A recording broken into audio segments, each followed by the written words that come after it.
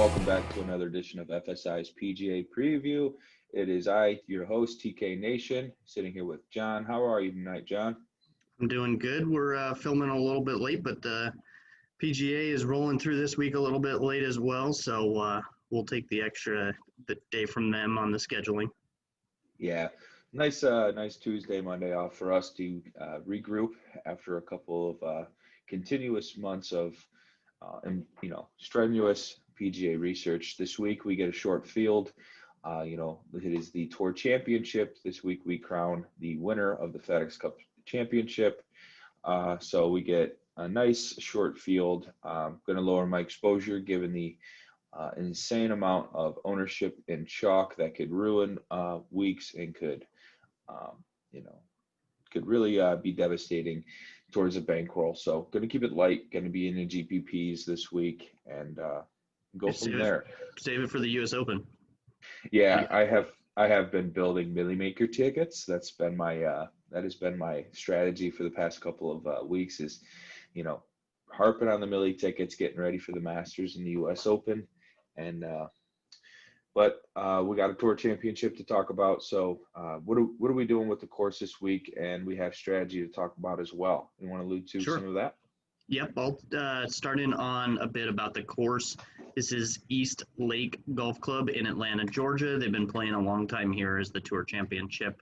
It's a par 70, 7,300 yards, so it's pretty decent length. The greens are lightning fast, Bermuda greens. A lot of golfers talking early this week about how difficult the greens are likely to play. It's a Donald Ross design. So really this week we're looking at ball striking has got to be tops and approach as well.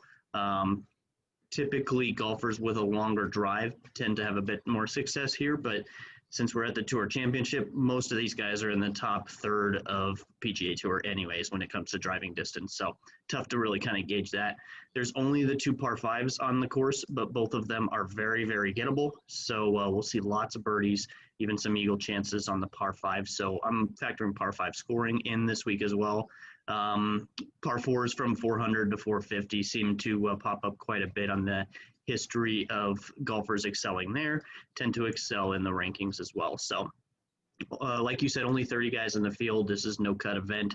It is a Monday finish, so everyone off work will get to watch some golf. And so just kind of looking back at some of the last winners here at this course, Rory last year, Tiger Woods the year before, Xander, Rory again back in 16, and then Jordan Spieth before that. And then kind of looking at last year, what it took. So JT had that 10-stroke lead to start. He ended up going just 3 under on the week and lost to Rory. Rory went 13 under for the 4 rounds. So we're going to see somewhere in that range, probably 10 under or so might be the winning score. We'll see. Some golfers are talking about it being really difficult this week, the rough and such, but I think it'll be more like it was last year, so around 10 under or so. We can take a quick look at the weather. Nothing too crazy going on, but certainly want to at least factor it in a little bit that there's going to be some overnight rain on Saturday night into Sunday, but really we're not going to do any wave stacking or anything like that either. But certainly I think that could help for the scoring over the weekend. It's getting that rainfall on the greens. So that's really what we're looking at. You want to kind of talk about the rest of the event and some of the scoring breakdowns?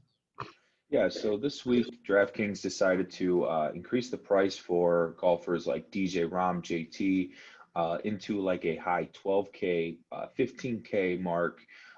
So we get, so we have 30 guys in the field, and their DK is stretching us from 15K to 5K down at the bottom with Mark Leishman, obviously, the worst informed golfer on the planet after going 30 over last week, which was in Bowditch territory. That was impressive from Mark Leishman, who I don't think did he have a birdie on the card? I'm not sure that he did. I mean, he was hitting bogey landmarks last week. It was impressive, and not in a good way.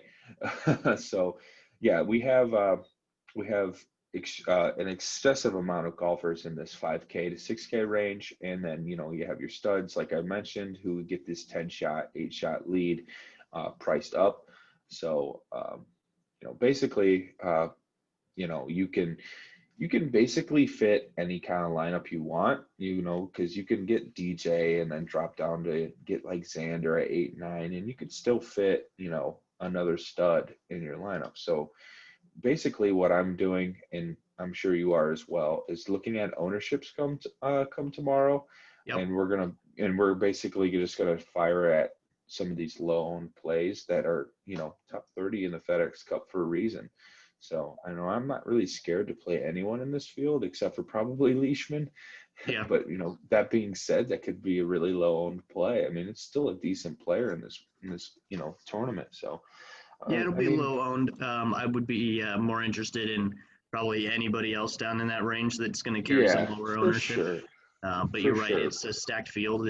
Everyone's playable. They priced everybody about right. Looks like Yeah. more pricing discrepancies over on Yahoo just a little bit. Nothing too crazy, but a couple guys just kind of based on that scoring system where we know that they're going to start out with a handful of strokes. Looking at some of those guys that are mispriced versus the field.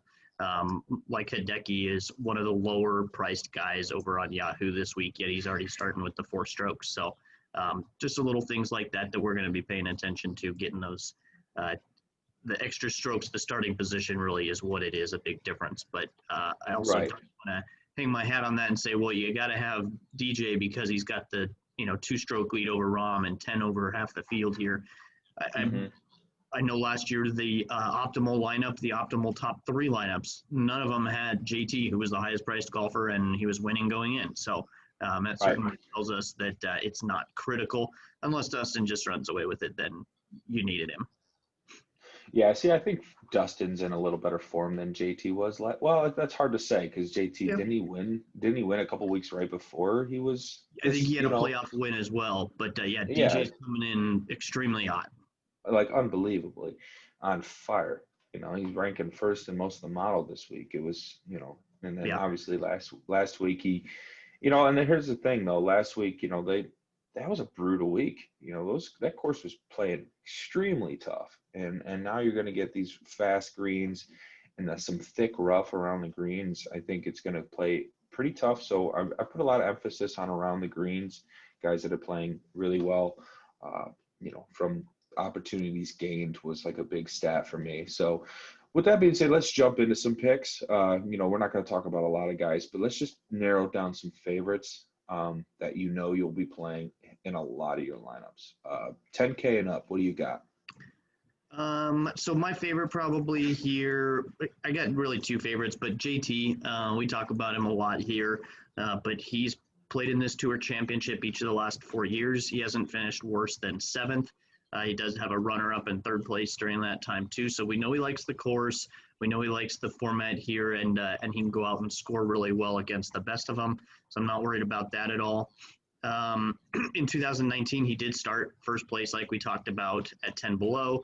He went on to not shoot very well, but only slipped a few places. I could certainly see him gaining a couple spots this week, finishing 1st place. He's got that in him. He ranks number 1 tee to green and number 1 on approach over the last 50 rounds. So some of the stats I'm looking at the most, he ranks number 1.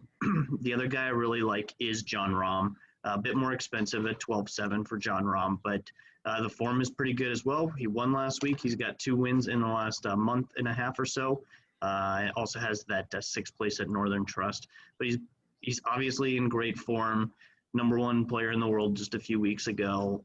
I have all the faith in the world in Jon Rahm being able to make up those 2 strokes on this course. So I think he's actually a good value here versus DJ. So I'll play quite a bit of Jon Rahm as well. What about you? What is your favorite pick up top? So my favorite guy in this range is going to be the best putter in this range, and that is Webb Simpson. Webb is a Bermuda guy. He loves the Bermuda greens. He took last week off to get to East Lake early, get in his preparation early. He didn't go through the brutal 4 rounds that these 30 golfers just went through. He's coming off a 3rd and a 6th place from the Wyndham to the Northern Trust. In both events, he gained over 7.5 strokes tee to green. So I really like those, or total, over 5.5 tee to green. He's 5th in approach at Wyndham. He's really he's really on fire, and I think Webb Simpson has a really good chance to make up, the 6 strokes, or fire a couple of 64s and get into a top 5. I think that discount between 15K and 11K, that 4K, can really help you build 4 to 5 guys in this 8K, 9K range, or maybe 3 guys in the 8Ks with Webb, and then you'd only have to punt one player. But Sure. like I said, this week I'm not going to be focusing on price. I'm going to be focusing on ownership, and I think everyone's going to gravitate to players like John Rahm and DJ and JT. And I think they're going to leave Webb out of their lineups, thinking his form or his play won't be as good as the others. So with that being said, I'm going to move down to this 8K, 9K range. I'm going to lump them two together because we don't have that many we don't have that many golfers to talk about. So let's keep them narrowed down. I like Rory Mcilroy. Who's your guy in this range? Sure. For me, Xander, I like Xander a lot of weeks, actually. Been playing him just about every week. He really doesn't let you down. These top 25s are not hurting you at all, especially this week. We need a lot more than top 25 out of him at this price, but I'm pretty confident he can finish top 5 here this week. He's won on the course before in 2017. He followed that up with 7th place in 2018, and then he was 2nd place last year. So he loves the course.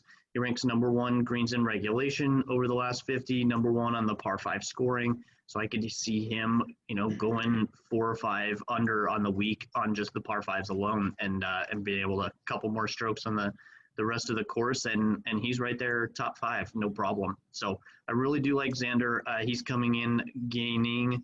He's 3 under for the week, but I absolutely, like I said, could see him even putting up 10 under or so and being right there in contention. So I like Xander quite a bit. What about you? Who you said Rory's your favorite play at the top?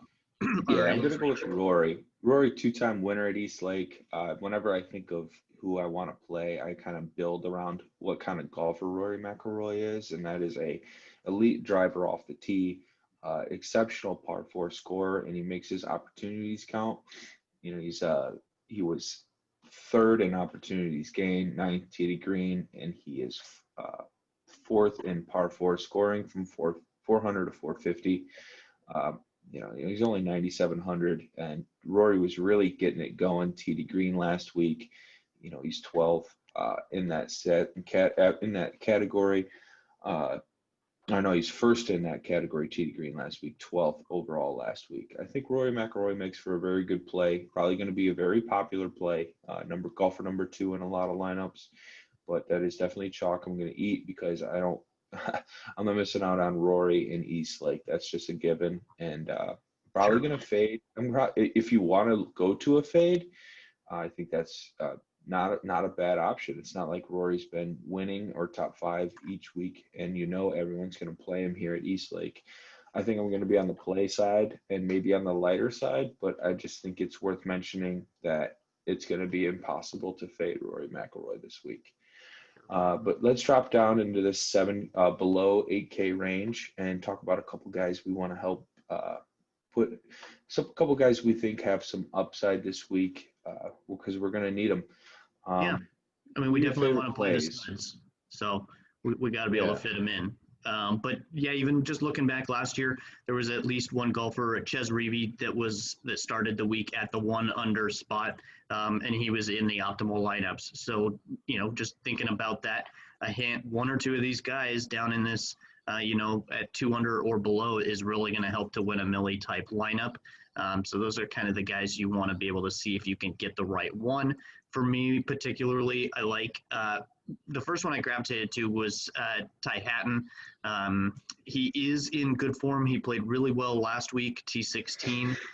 He did have the missed cutback to get the championship, but he does love these tough courses, another good putter. So Ty Hatton, I do like Ryan Palmer this week as well. And also give me some Billy Horschel. I really like the price here at 5.7. I think he's a really good value going down low here. So what about you? Who's the guys that kind of stick out to you?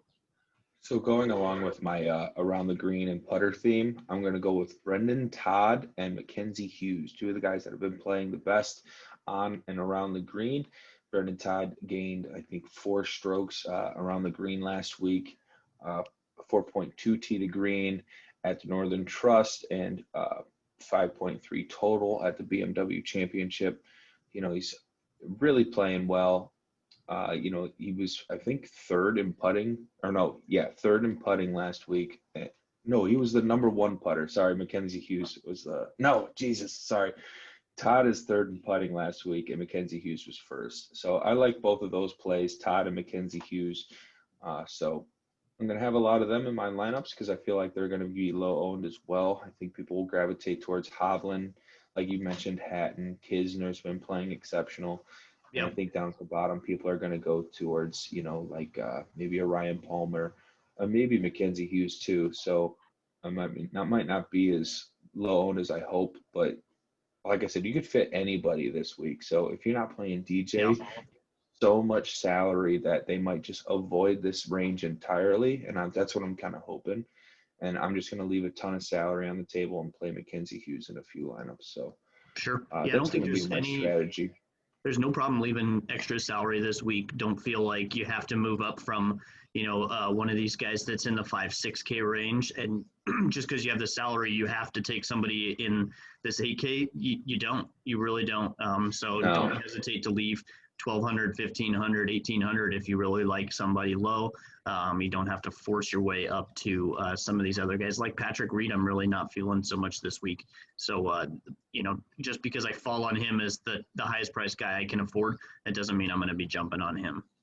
Yeah, leaving salary is going to be huge this week. I think I'm going to be leaving at, up to, 1,200, even to maybe 2,500, 3K. It doesn't matter. I'm going to be playing golfers I have imaginary mind for in a lineup. So I think that's a perfect way to play it is ownership, leave some salary, and just play the guys that you feel best about. Yep, I like it. Should we finish with a one and done? It's going to be hard to not have somebody in this field that we've already used. I mean, last week we might as well. Last week I had Reed and you had Day. Probably didn't. Yeah, I know Reed. Bad week to be on Day. Really bad week. It wasn't any better on Reed either. So sure. But give me a one and done you feel like you haven't picked, so I haven't got the deep. I don't think I picked Xander. I take Xander. I have. I know I've taken Xander. I was gonna go. Have they taken Rory? Probably not. I'm gonna go with Rory. Yeah, I do really like Rory as well. And I'm gonna look. Yeah. I think he's a solid play. So. Yeah, a 2-time winner at East Lake. He just crushes his course. Yeah. I tell you what, your boy DeChambeau is going to be low on this week, and I know you're going to play him.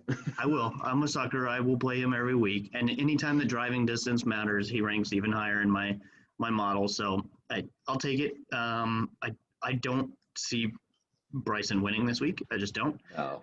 But I do see him having the potential to return some value at that DFS price. So if I was going to make an outright bet, I'd much rather play JT. But right. I'll take some Bryson in daily every week. Him and Colin, I won't ever miss out on the both of them. It's impossible. And that's the thing. If we're talking about ownership plays and Bryson's the lone 10K guy that's probably going to be sub 15% ownership, you have to play him. I mean, I'll have some darts for that reason because he is good enough to win. And if Bryson wins at less than 12% ownership, your top leverage. Your top 2% just based on that. Right. So. And there's going to be a lot of similar scores since nobody's outside the top 30. They give points, I think, for top 25 on DraftKings. So, I mean, just about everyone's going to have points right off the bat. It's going to be a lot of tight scoring. If you're winning on, let's say, Saturday evening, you're not going to win. It's just go ahead and give up right now because it's over. So expect it to completely flip there. I want to be losing on Saturday. Yeah. I want to be in dead last. Give me dead last and have all my golfers get hot on. Well, that's the thing. If you're out of cash on Saturday, the rain comes in and you get the early tee teams on Sunday and you fire low, Yep. and everybody's got that dried out, baked out Sunday green, you got a good shot. So Yeah. it's going to be a fun week. Season for the PGA Tour coming to an end, but our season won't. We're going to be jumping into swing season, even through football season. So make sure you continue to like and subscribe our videos. Join us in the Discord because PGA is not going away. We got 2 majors in our swing season this year. The U.S. Open coming up in a couple weeks. Sure to have some Millie Maker stuff for that, and we do have the Masters in November. So a lot's coming up for PGA. This isn't the end, not by a long shot. No, So no breaks for a while. No, John and I will be with you week in, week out, continuously through football season. So, as always, John, thanks for joining me tonight, and let's have a good week and some green screens. All right, let's get it. Yes, sir.